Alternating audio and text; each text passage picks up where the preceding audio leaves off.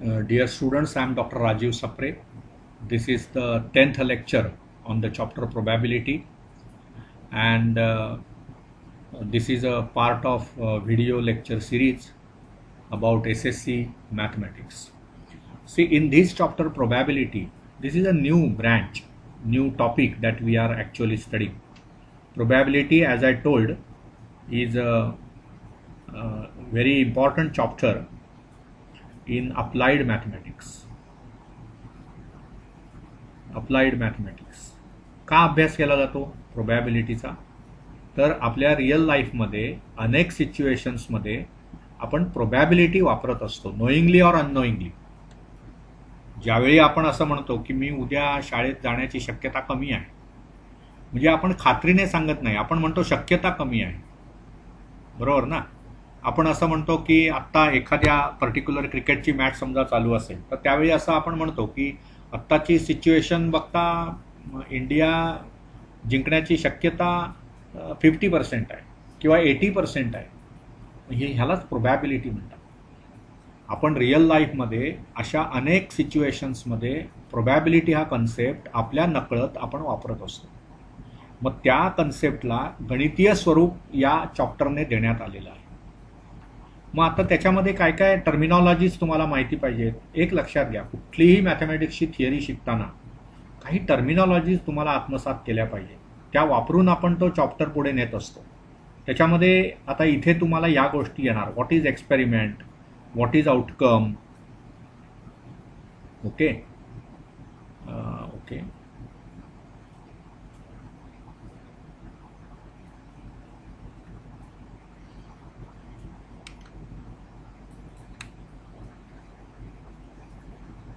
outcome of the experiment. Then what?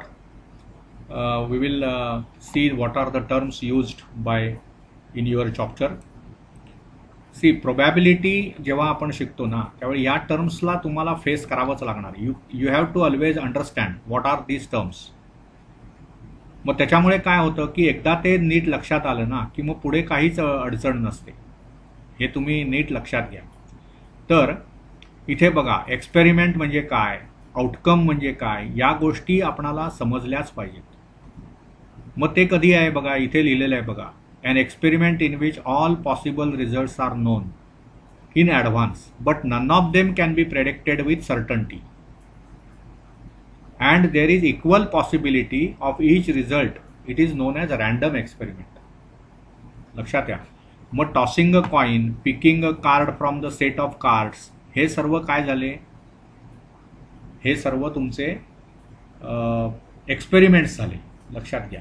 आणि मग त्या एक्सपेरिमेंटचा रिझल्ट काय आला, ते रिझल्ट्स ज्यावेळी तुम्ही एकत्र करता त्यावेळी त्या रिझल्ट्सना सेट ऑफ ऑल आउटकम्स असं आपण म्हणतो.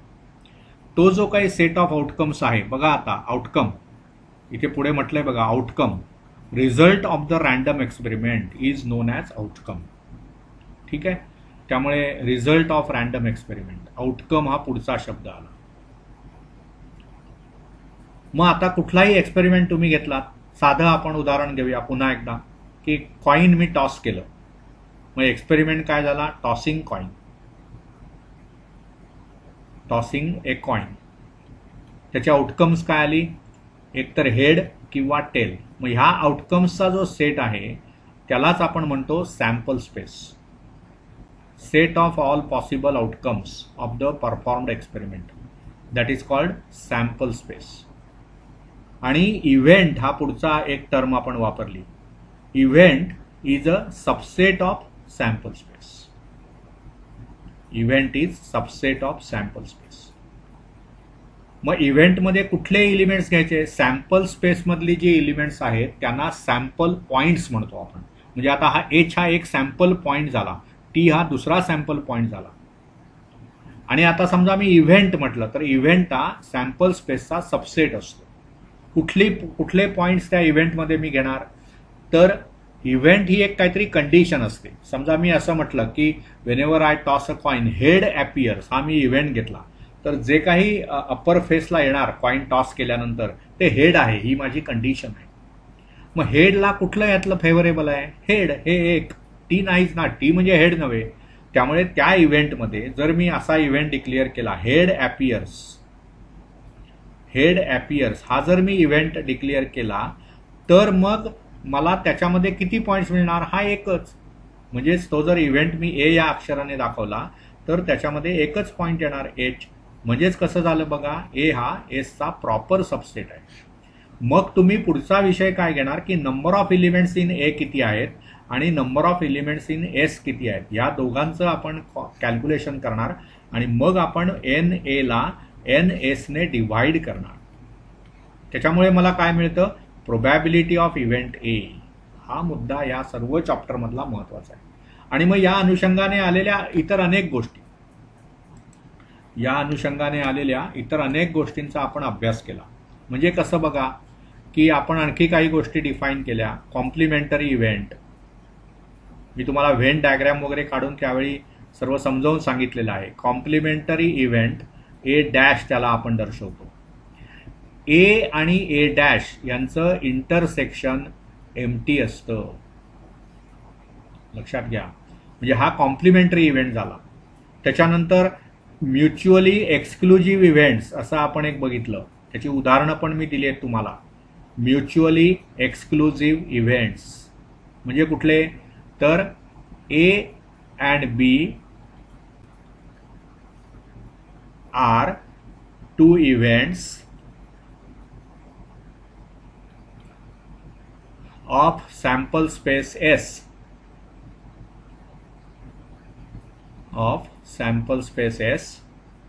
then A and B are mutually exclusive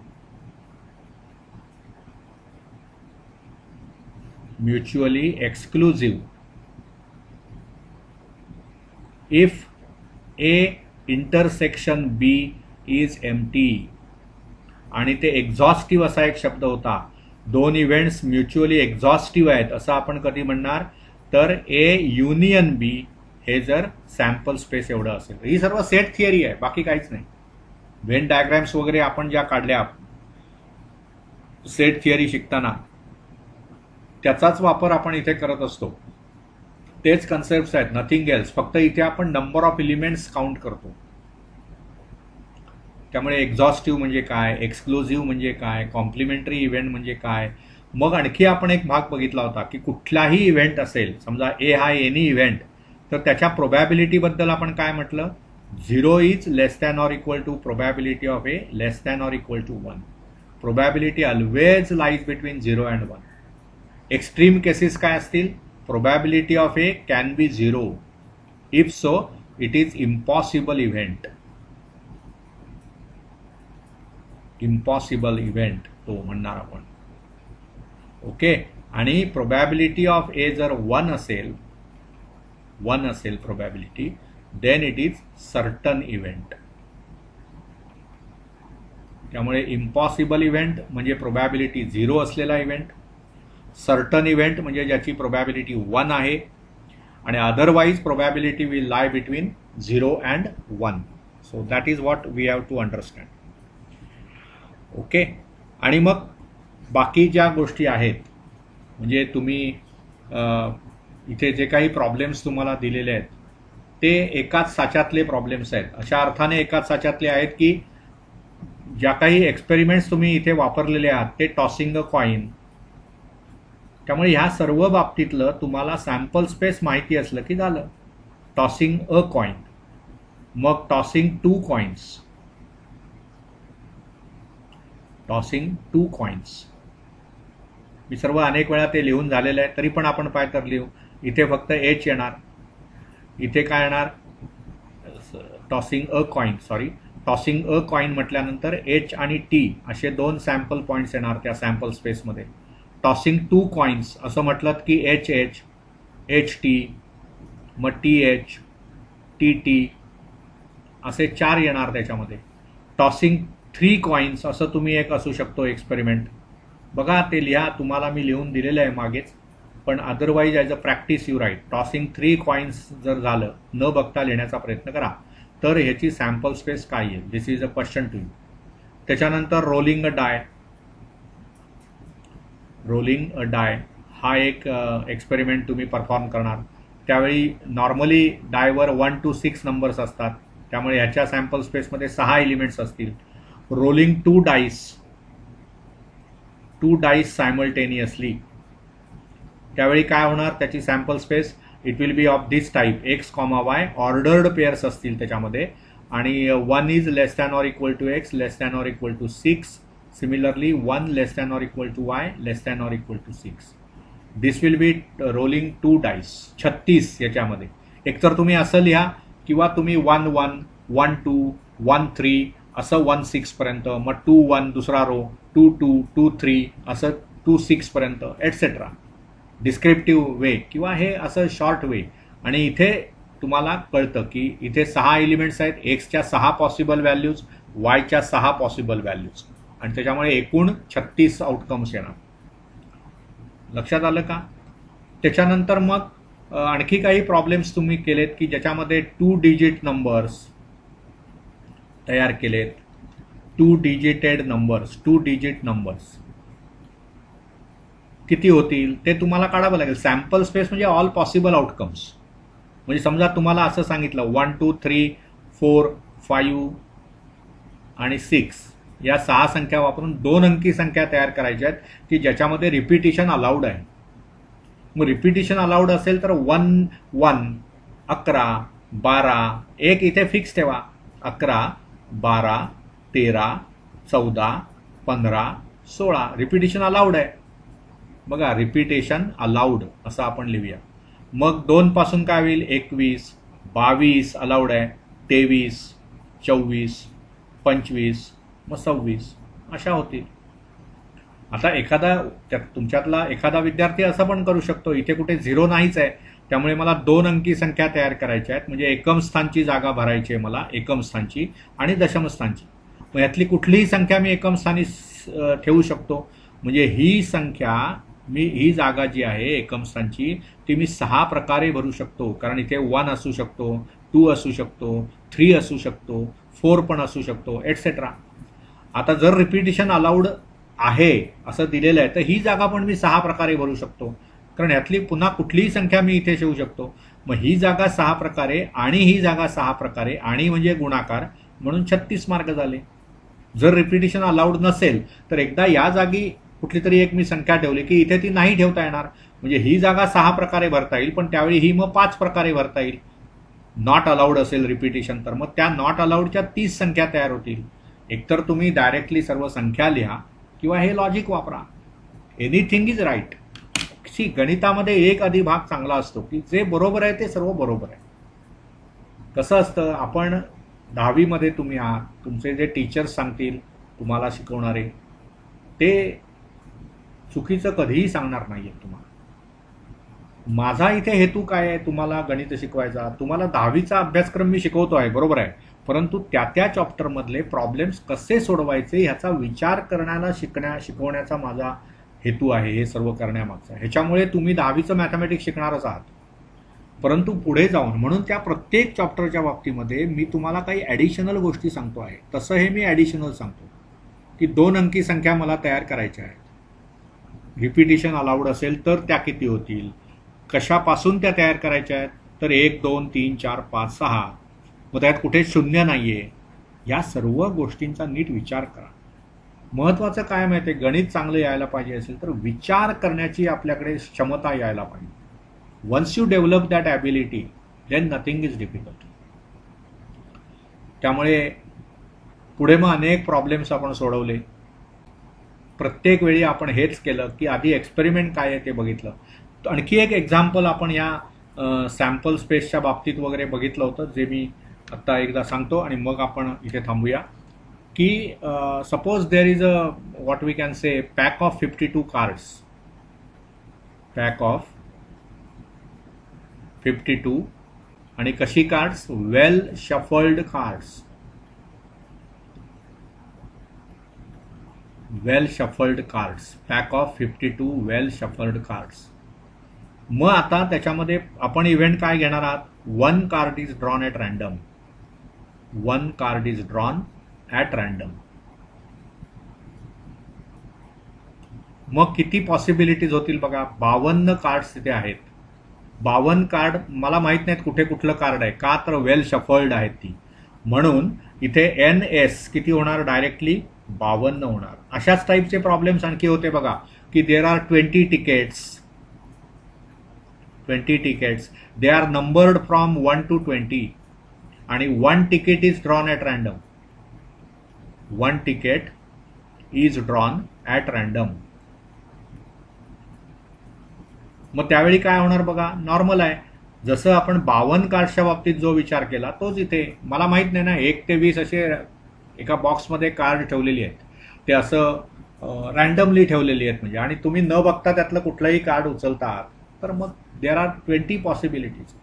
एकतर ते कार्ड नंबर 7 असेल त्याच्यावर, किंवा 10 असेल, किंवा 15 असेल, वी डू नॉट नो. म्हणून या बाबतीत NS किती येणार, 20 येणार. तेव्हा असे वेगवेगळे एक्सपेरिमेंट्स काय आहेत ते बघितले पाहिजेत. त्याच्यावरून आपणाला त्याची सर्व पॉसिबल आउटकम्स लक्षात आली पाहिजेत. पॉसिबल आउटकम्सचा एक सेट तुम्ही तयार करणार, त्याला तुम्ही सॅम्पल स्पेस म्हणणार. हा आधी पहिली स्टेप झाली.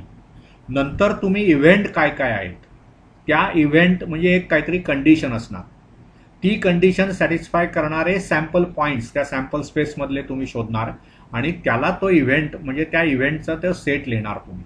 मग तुम्ही काउंट करणार की त्या सेटमध्ये किती एलिमेंट्स आहेत. त्याला आपण ए समजा इव्हेंट असेल तर त्याला NA म्हणणार, आणि मग प्रोबॅबिलिटी ऑफ एचा जो शेवटी फॉर्म्युला आपण लिहितो तो आपण प्रत्येक वेळी असा लिहिलेला आहे बघा. प्रोबॅबिलिटी ऑफ ए जर असेल तर इट इज NA/NS. आणि हे लक्षात घ्या की ए हा एसचा सबसेट असल्यामुळे आणि हे सर्व फायनाईट सेट्सच्या बाबतीत चाललेलं असल्यामुळे कधीही असं होणार नाही की ए मधली एलिमेंट्स एस पेक्षा जास्त आहेत, असं कधीही होणार नाही. A is subset of S.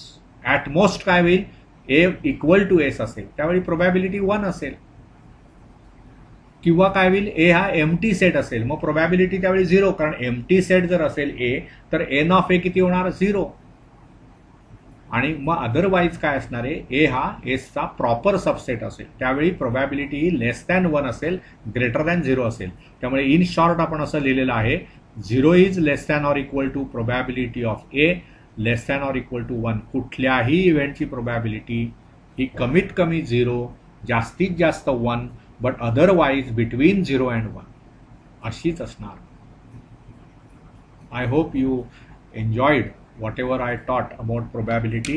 I will definitely say that this is easiest chapter that you can work on, and if you prepare it properly, understand thoroughly everything that I have been taught to you, you will get full marks from this chapter. Thank you. That completes this discussion of the chapter probability. Thank you.